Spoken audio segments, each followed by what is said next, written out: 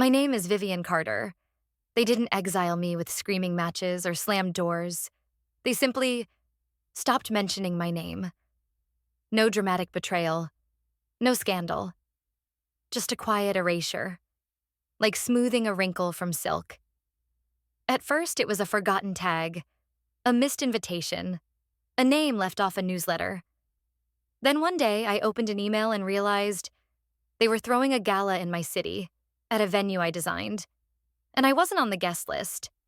Not Vivian, not Ms. Carter, not even a misspelled attempt. 82 names, none of them mine.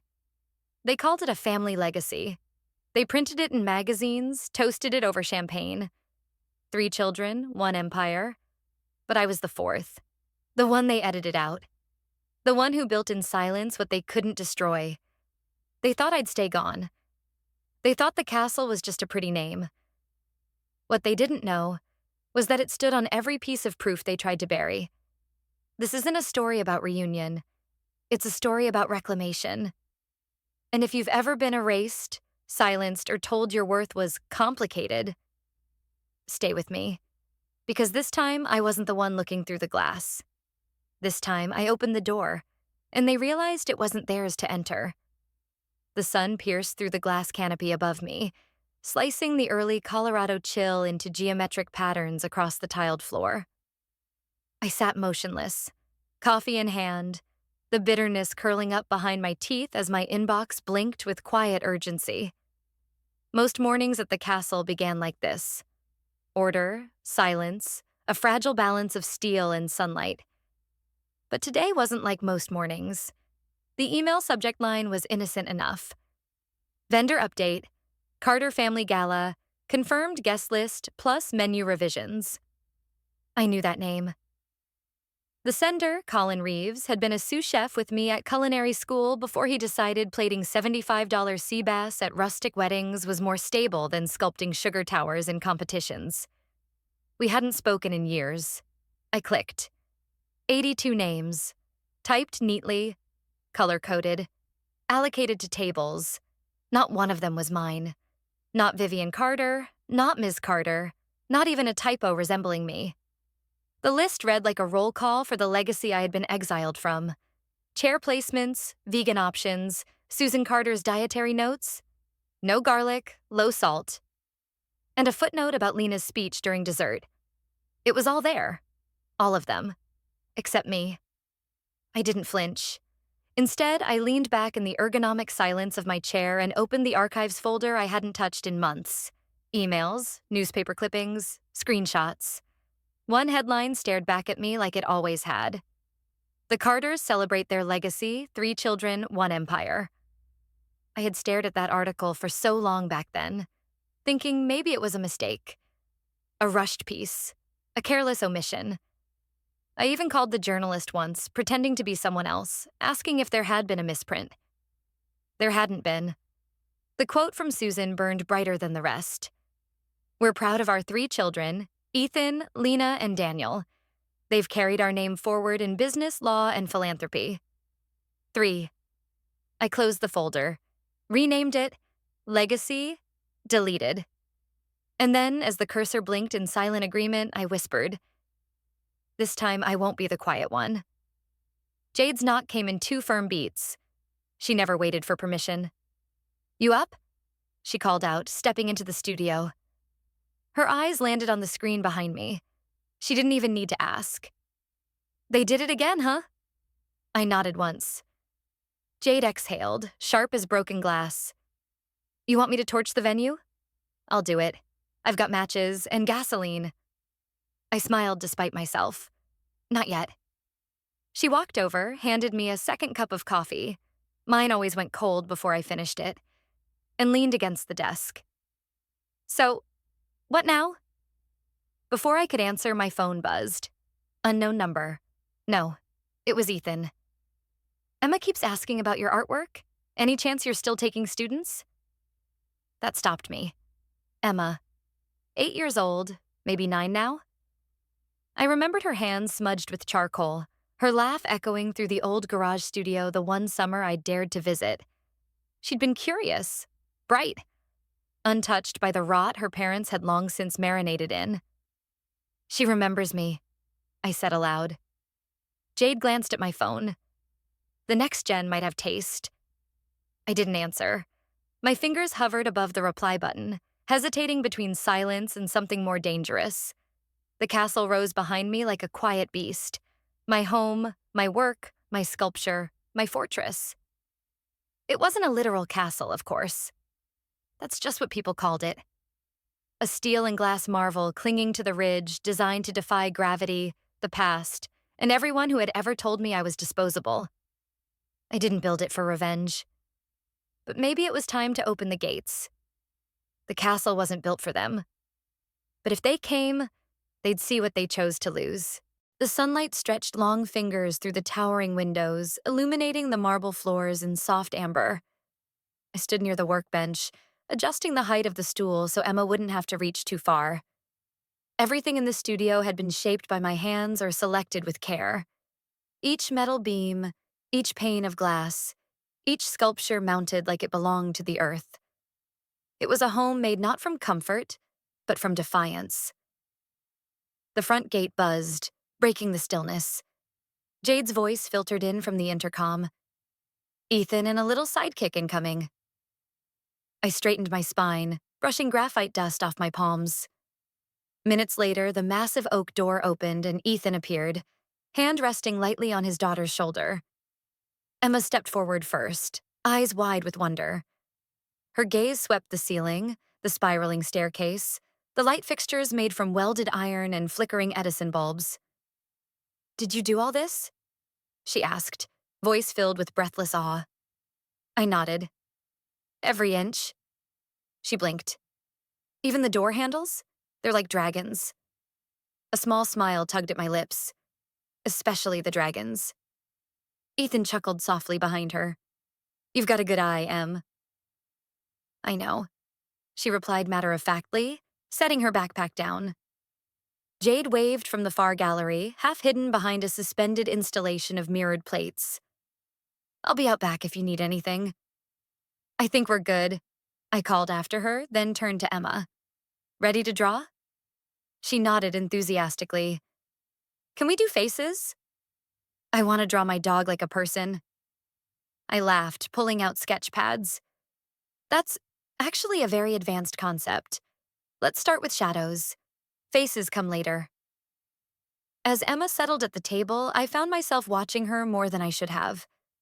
Her fingers fidgeted with the charcoal, but her posture, so open, so eager, was a kind of vulnerability I hadn't let myself believe still existed in this family. And then, like it always does, the past slipped in. The last time I showed my mother a sketch, I was 17. It was a study of her hands, drawn from memory. Every crease, every ridge. She glanced at it once, folded the page like grocery trash, and said, "Art is what people fall back on when they fail." I blinked the memory away. "So, do you ever go to the big family stuff?" Emma asked suddenly, voice light but eyes anchored. I hesitated. "Like birthdays and things," she added quickly. "Grandma says you're busy, but Mom says, well, she just says never mind." I chose my words carefully. "Some doors don't stay open," I said. "That's not your fault. Some people shut them and forget you're still standing there." Emma nodded like she didn't quite understand, but knew not to ask again.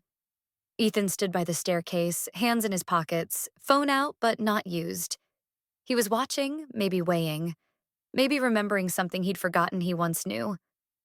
After an hour of shading exercises and dog-headed people, I walked Emma out. The sun had started to dip, painting the castle's walls in a golden blaze. She skipped down the path, swinging her sketchbook. Ethan lingered. "This place," he said, pointing his camera, "could be perfect for the gala." I raised an eyebrow.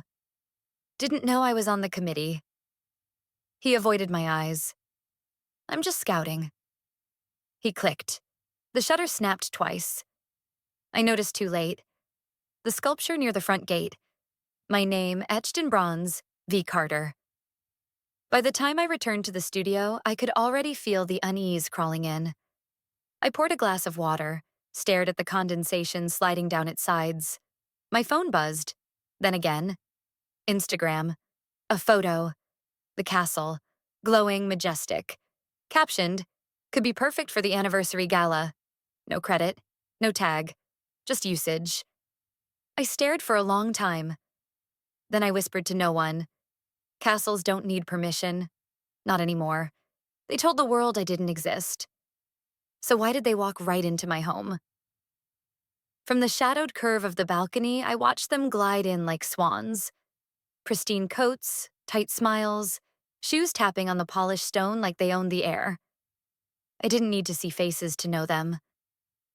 I had memorized their silhouettes the way one remembers a burn. Jade led the group with the practiced elegance of someone who'd been through this too many times. Her voice floated upward, all charm and crisp professionalism. You'd never guess her fists were probably clenched in her pockets.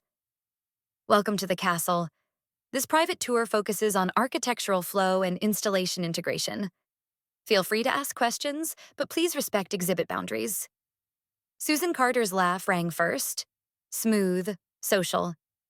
It's tasteful, she said, her voice echoing slightly, if a little intense. Margaret, ever the echo, chimed in with a dainty nod. Very modern, stark but bold. Lena trailed behind, eyes scanning the space like a scout.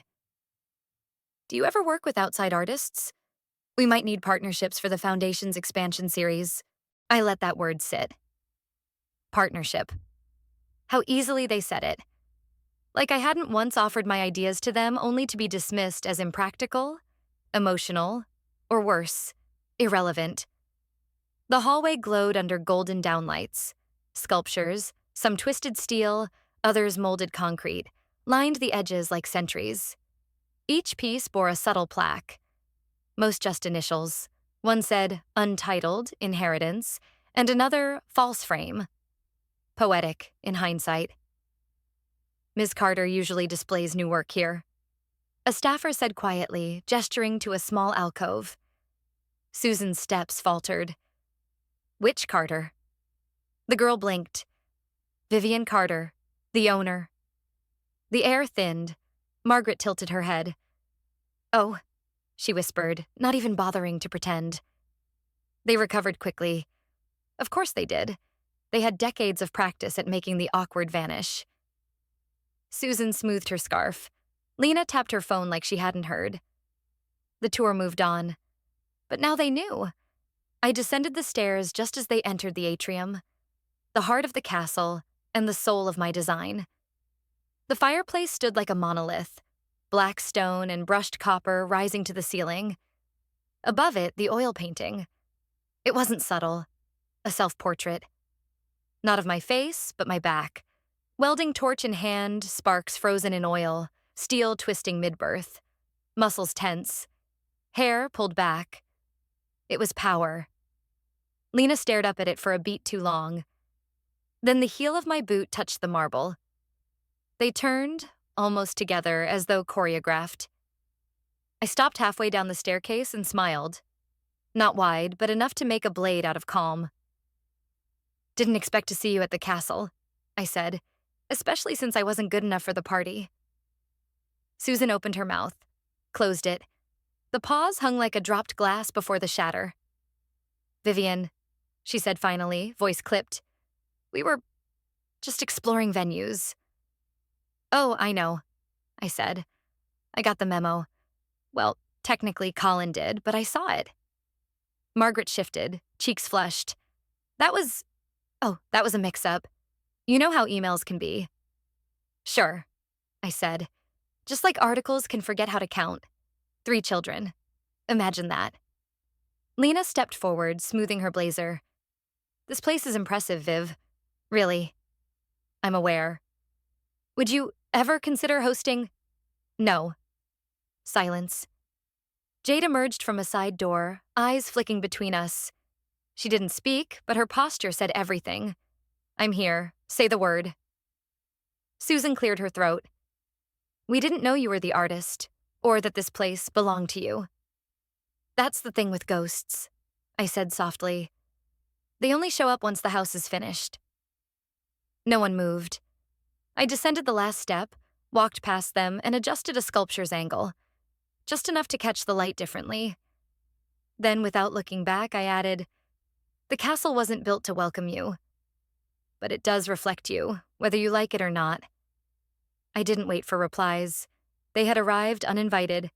Now they could leave the same way. They tried to cut me out like a blemish on the family portrait. So I made a gallery out of their edits. The castle was quiet, almost ceremonial. The long oak table stretched across the main hall like a question no one wanted to answer. 12 place settings, 11 blank nameplates, one carved in silver. Vivian. I didn't call it a dinner. I didn't even call it a meeting. I just told them to come.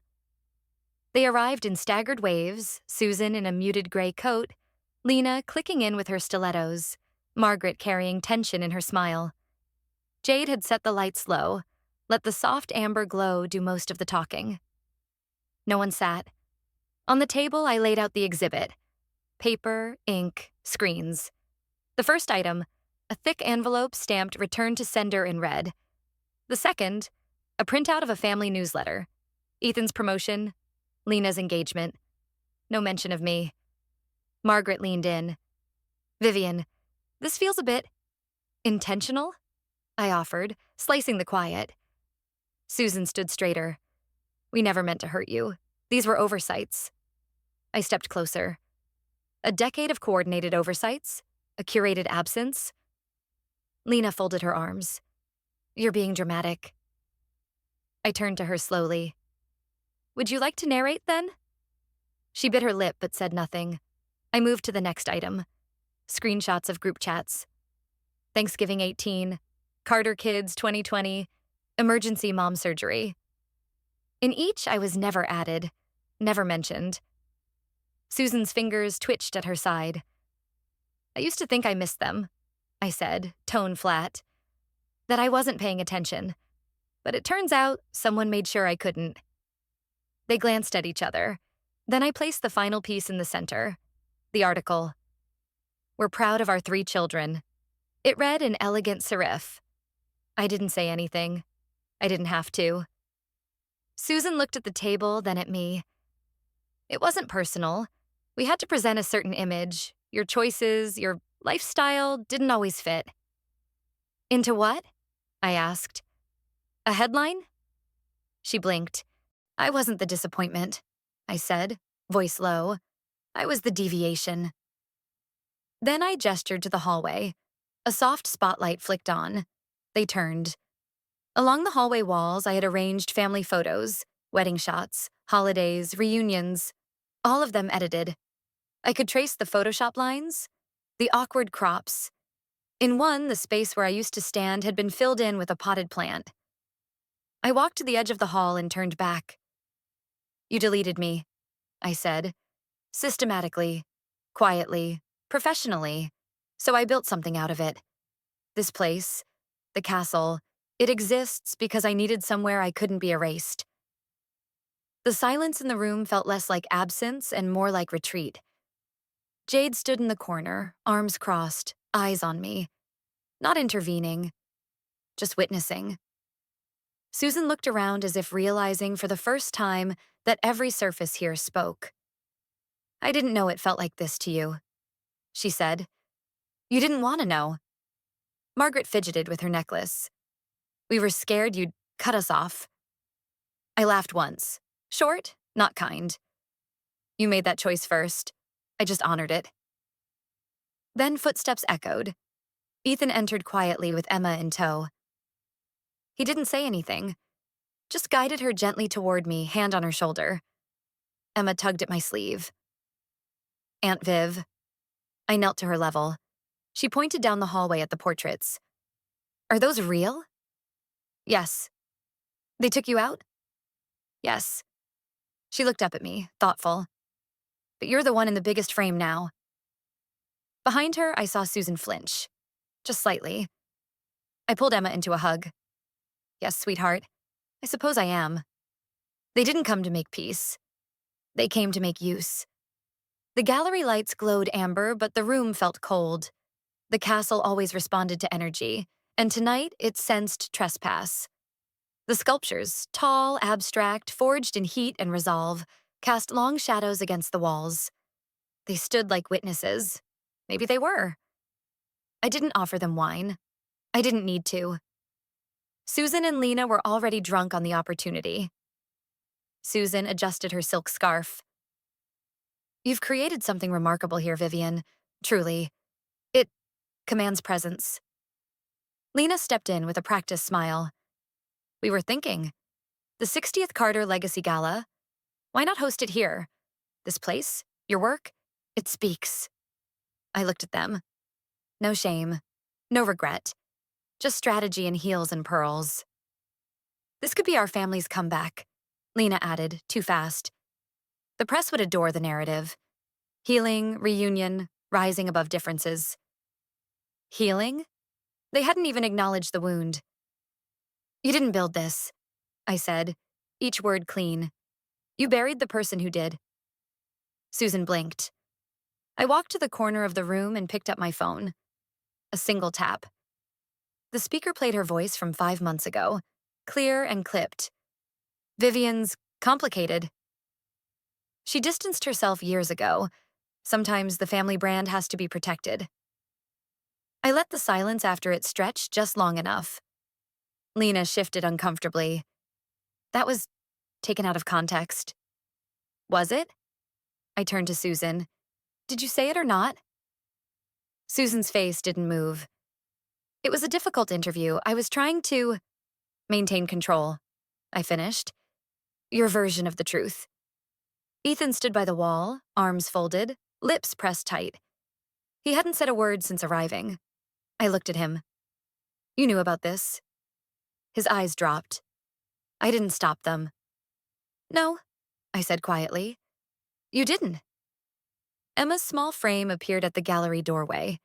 She didn't speak, just watched, listening, learning. Jade was across the room, leaning against the frame, phone angled discreetly in hand. She didn't need to be told. Documentation mattered, not for revenge, but protection. I stepped forward and met their gaze. First Susan's, then Lena's. You didn't come for me, I said. You came for the spotlight that found me without you. Susan inhaled, sharp and shallow. Vivian, this is our legacy. No, I said. This is mine. You just didn't expect it to shine brighter than yours. I turned to Ethan. You stayed quiet for 10 years? Did it make you feel safe? He looked up slowly.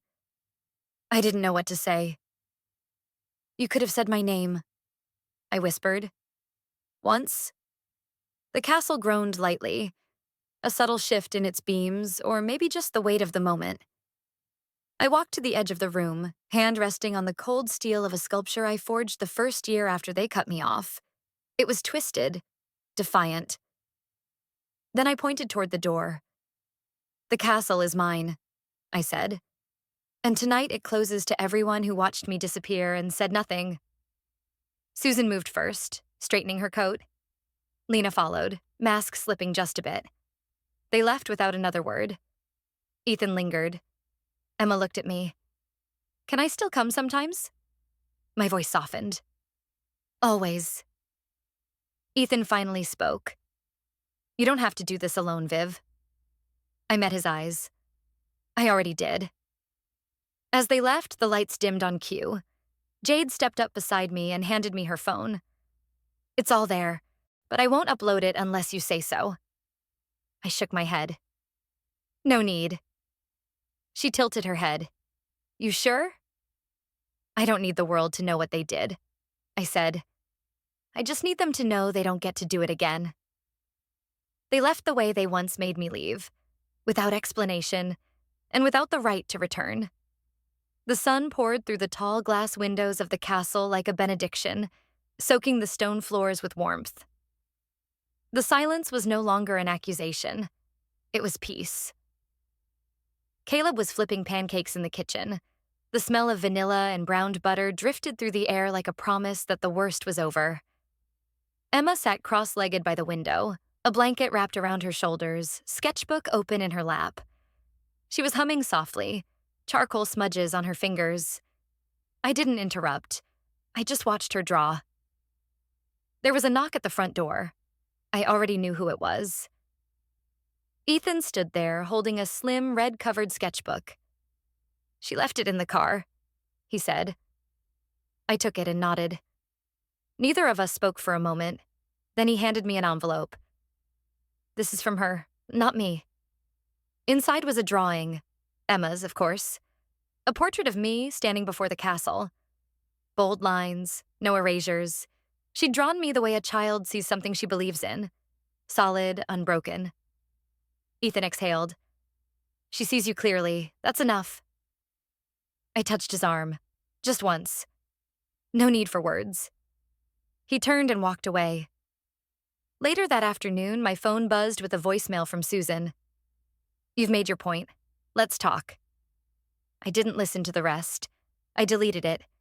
Not out of anger, not anymore. Just certainty. Jade helped me install the new placard at the castle's entrance. The Carter Rebuild Project, for those they tried to erase. I could almost hear Susan choking on the optics. Inside, Emma had finished her drawing and was rinsing her hands. I handed her a new set of charcoal pencils, top grade, still wrapped. She looked up. "For me?" I nodded. "Draw what you want. Don't ask if it fits." She grinned like it was Christmas. As I was cleaning up, my inbox dinged. A message from the National Arts Foundation. Subject: Voices of Recovery. Feature proposal. "We'd like to honor the castle in our upcoming series. Can we schedule a feature?"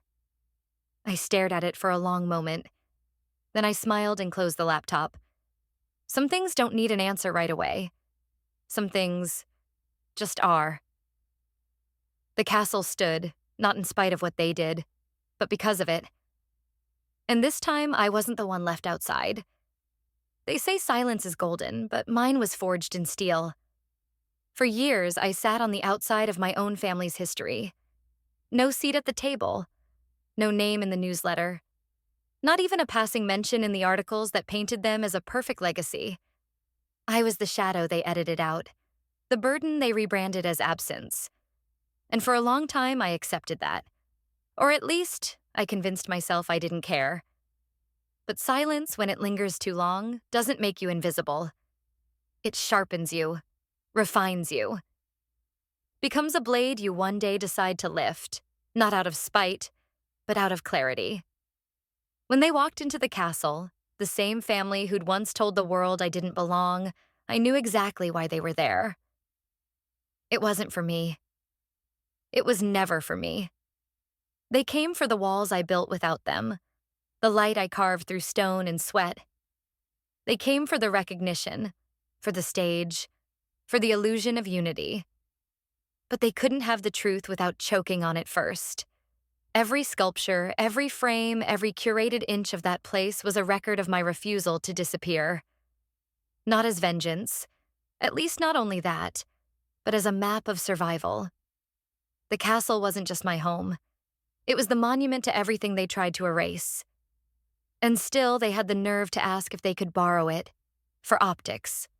When I laid out the evidence, letters returned unopened, photos cropped, public denials masked as polite phrasing, they didn't flinch.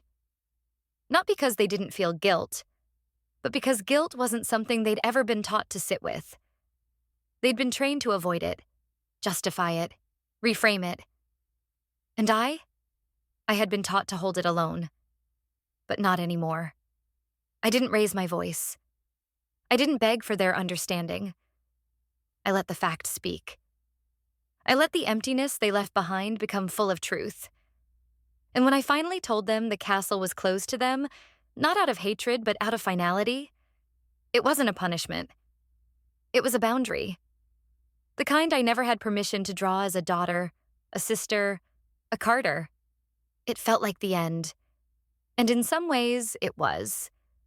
But the next morning, I woke up to sunlight across stone floors, the sound of Caleb humming in the kitchen, and Emma, knees to her chest, sketching by the window with a softness that didn't have to be earned. Ethan came quietly, like he always had. He brought her sketchbook, handed me a drawing of myself, me, standing in front of the castle. For once, I wasn't abstract or distant. I was there, present, whole. She sees you clearly, his note said. That's enough. And it was. There was a voicemail from Susan later that day. You've made your point, she said. Let's talk. I deleted it without hesitation, because making a point was never the goal. Building a life beyond their reach, that was the quiet revolution. And I didn't need her to understand it to validate its power. I placed a new placard outside the castle's gate. The Carter Rebuild Project, for those they tried to erase. It wasn't an invitation. It was a declaration. This story didn't end with reconciliation. It ended with liberation. For a long time, I thought justice would look like an apology, or maybe a headline. Something public, sharp, loud. But in truth, justice came in smaller, quieter moments, like Emma's drawing, or Jade's knowing nod, or the relief of not having to explain myself anymore. Justice didn't scream. It stood. They'll tell you that family is everything, that blood is thicker than betrayal, that silence keeps the peace. They're wrong. Peace without truth is just decorum, and blood doesn't mean loyalty. It only means origin. I come from them. Yes. But I am not theirs. And for anyone who's ever been cut from the frame, left off the list, erased without a word, I hope you know this. You are not invisible. You are not replaceable. You are not wrong for wanting the truth to stand beside you, even when everyone else turns away from it. They left the way they once made me leave. Quietly, without fanfare, and without the right to return. But I stayed. And this time, I wasn't the one looking through the glass. The castle still stands. And now, so do I. If you're still here, thank you. For watching, for listening, for holding your breath through the silence between each sentence. This story wasn't told for applause.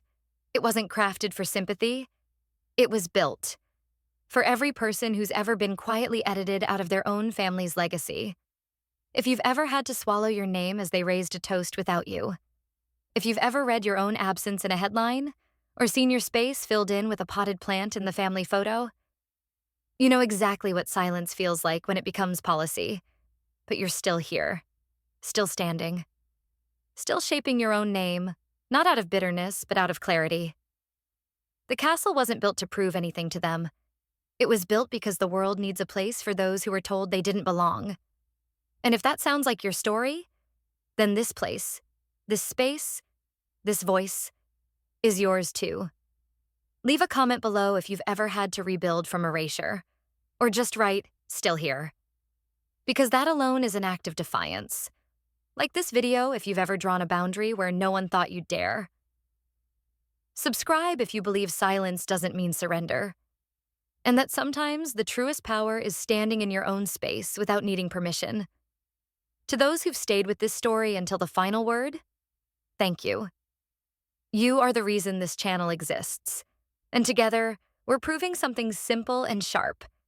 That even if they try to write us out, we still get the last word.